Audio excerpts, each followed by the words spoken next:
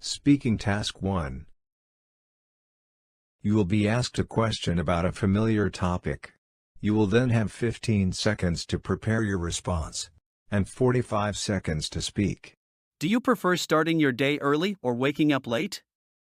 Justify why using specific reasons. Prepare your response after the beep.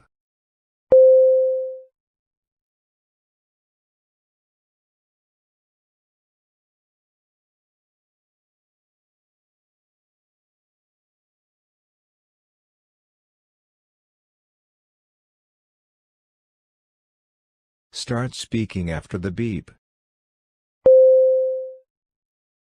I vastly prefer starting my day early, and I have two primary reasons for this preference. Firstly, I believe that the morning is a very important time for productive activities.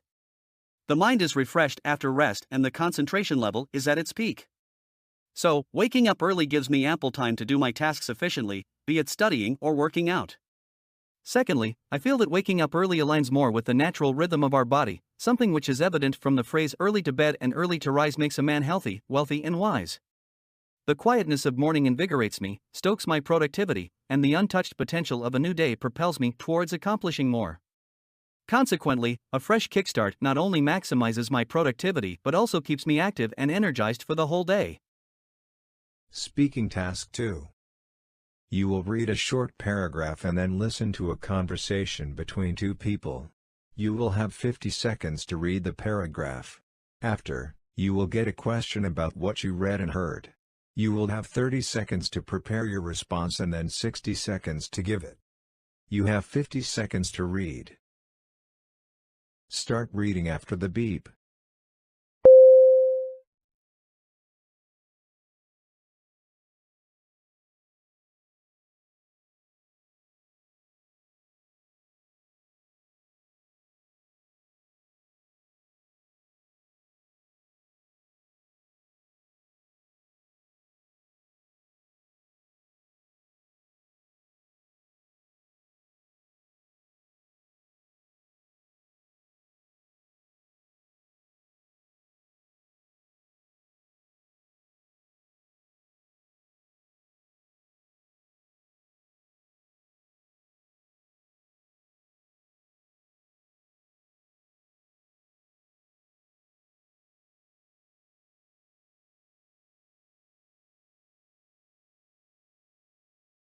Now listen to the conversation between two people. Jim, you're in the choir, right? What do you think about what they're doing next year? This article. I really like it. Yeah? Yeah, the new director's right that it will motivate us. How's that?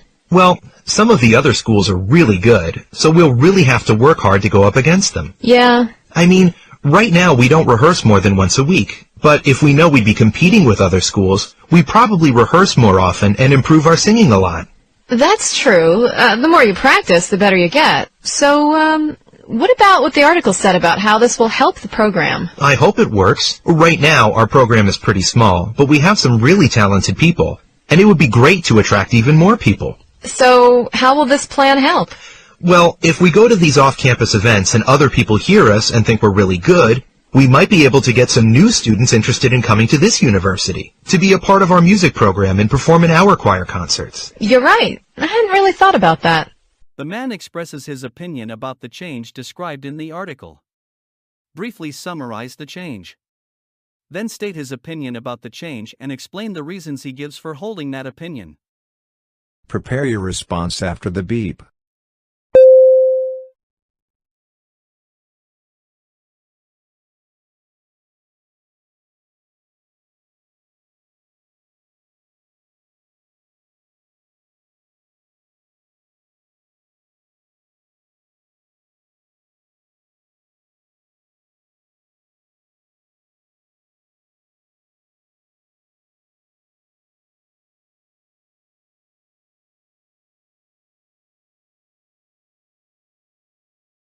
Start speaking after the beep. The change described in the article is that the university choir will start participating in singing competitions at other locations next year. The man expresses his opinion about this change and he likes it. He believes that competing with other schools will motivate the students in the choir to work harder and improve their singing. He mentions that currently, they only rehearse once a week, but if they know they will be competing, they will probably rehearse more often and become better. Additionally, he agrees with the article's suggestion that participating in off-campus events will help attract more talented students to their music program. He hopes that if people hear them and think they are good, it will encourage more students to join and perform in their choir concerts.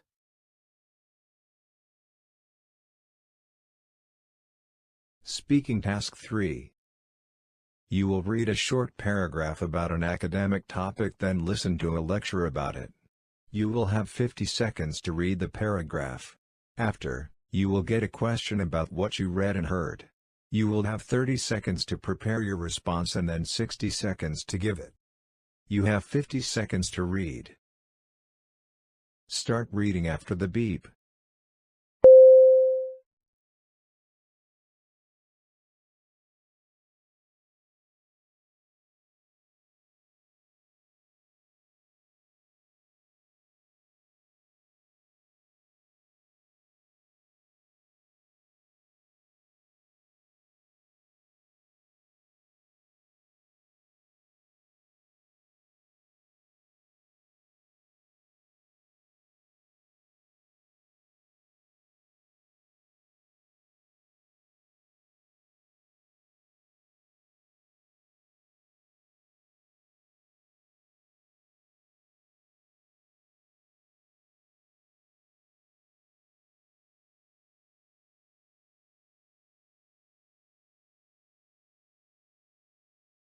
Now listen to the lecture. Let's compare the US and Japan as an example to illustrate the workings of the cultural dimensions theory. If we consider the dimension of individualism versus collectivism, the USA ranks high on individualism, which implies a society where ties between individuals are loose and everyone is expected to look after themselves and their immediate family. In contrast, Japan leans more towards collectivism, where people are integrated into strong, cohesive in-groups from an early age, with the expectation to protect group members in exchange for loyalty. On the dimension of uncertainty avoidance, Japan scores high, which means it's a society that maintains rigorous codes of belief and behavior and doesn't tolerate unorthodox ideas and behaviors. Unlike the US, where there is a greater degree of acceptance for new ideas and innovative products. Company meetings in Japan, for instance, are often taken as information-sharing sessions rather than decision-making platforms, because decisions are often made before the meeting. It's about maintaining harmony within the group, one of the main characteristics of a high uncertainty avoidance society. Explain how the concept of cultural dimensions theory is illustrated by comparing the cultural dimensions of the US and Japan. Prepare your response after the beep.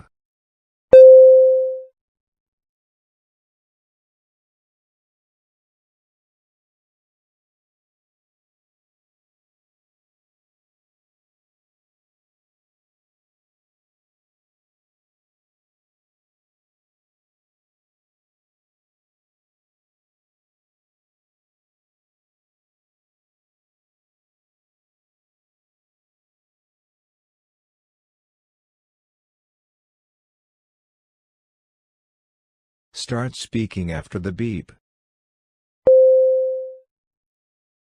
The cultural dimensions theory, proposed by Geert Hofstede, helps us understand and compare different cultures. Let's look at the US and Japan as examples. One dimension is individualism versus collectivism. In the US, individualism is valued, meaning people take care of themselves and their families. However, in Japan, collectivism is more important, with a focus on group loyalty and support. Another dimension is uncertainty avoidance. Japan scores higher here, meaning they have strict rules and don't tolerate unconventional ideas. On the other hand, the US is more open to new ideas and innovation. For example, in Japan, decisions are often made before meetings to maintain harmony within the group. This theory helps us see how different cultures have different values and behaviors.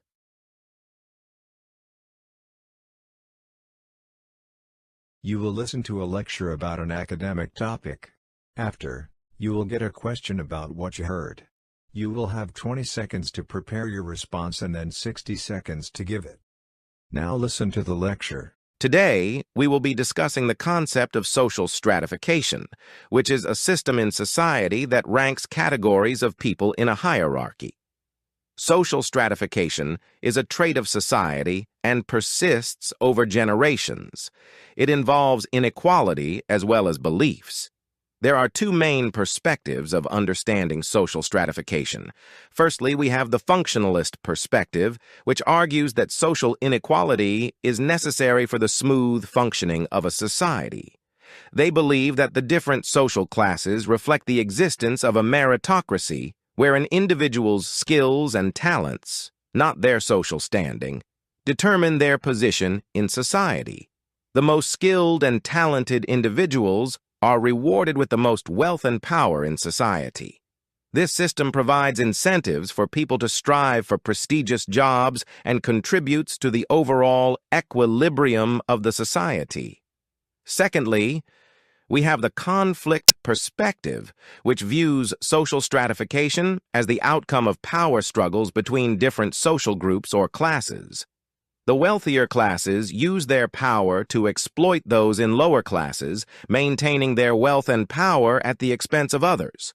Conflict theorists argue that this system is not fair or just, and that it ultimately leads to social instability and upheaval. What are the two perspectives of understanding social stratification discussed in the lecture? Include key details about each perspective. Prepare your response after the beep.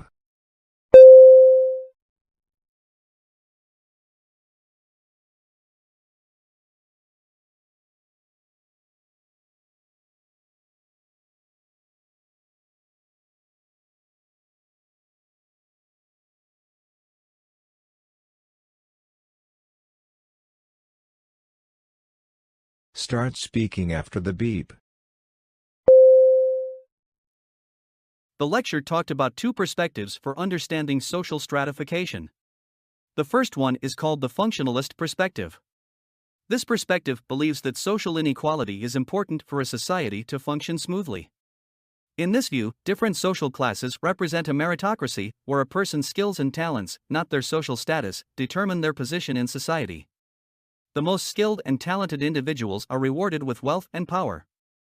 This system motivates people to work hard for prestigious jobs and helps maintain balance in society.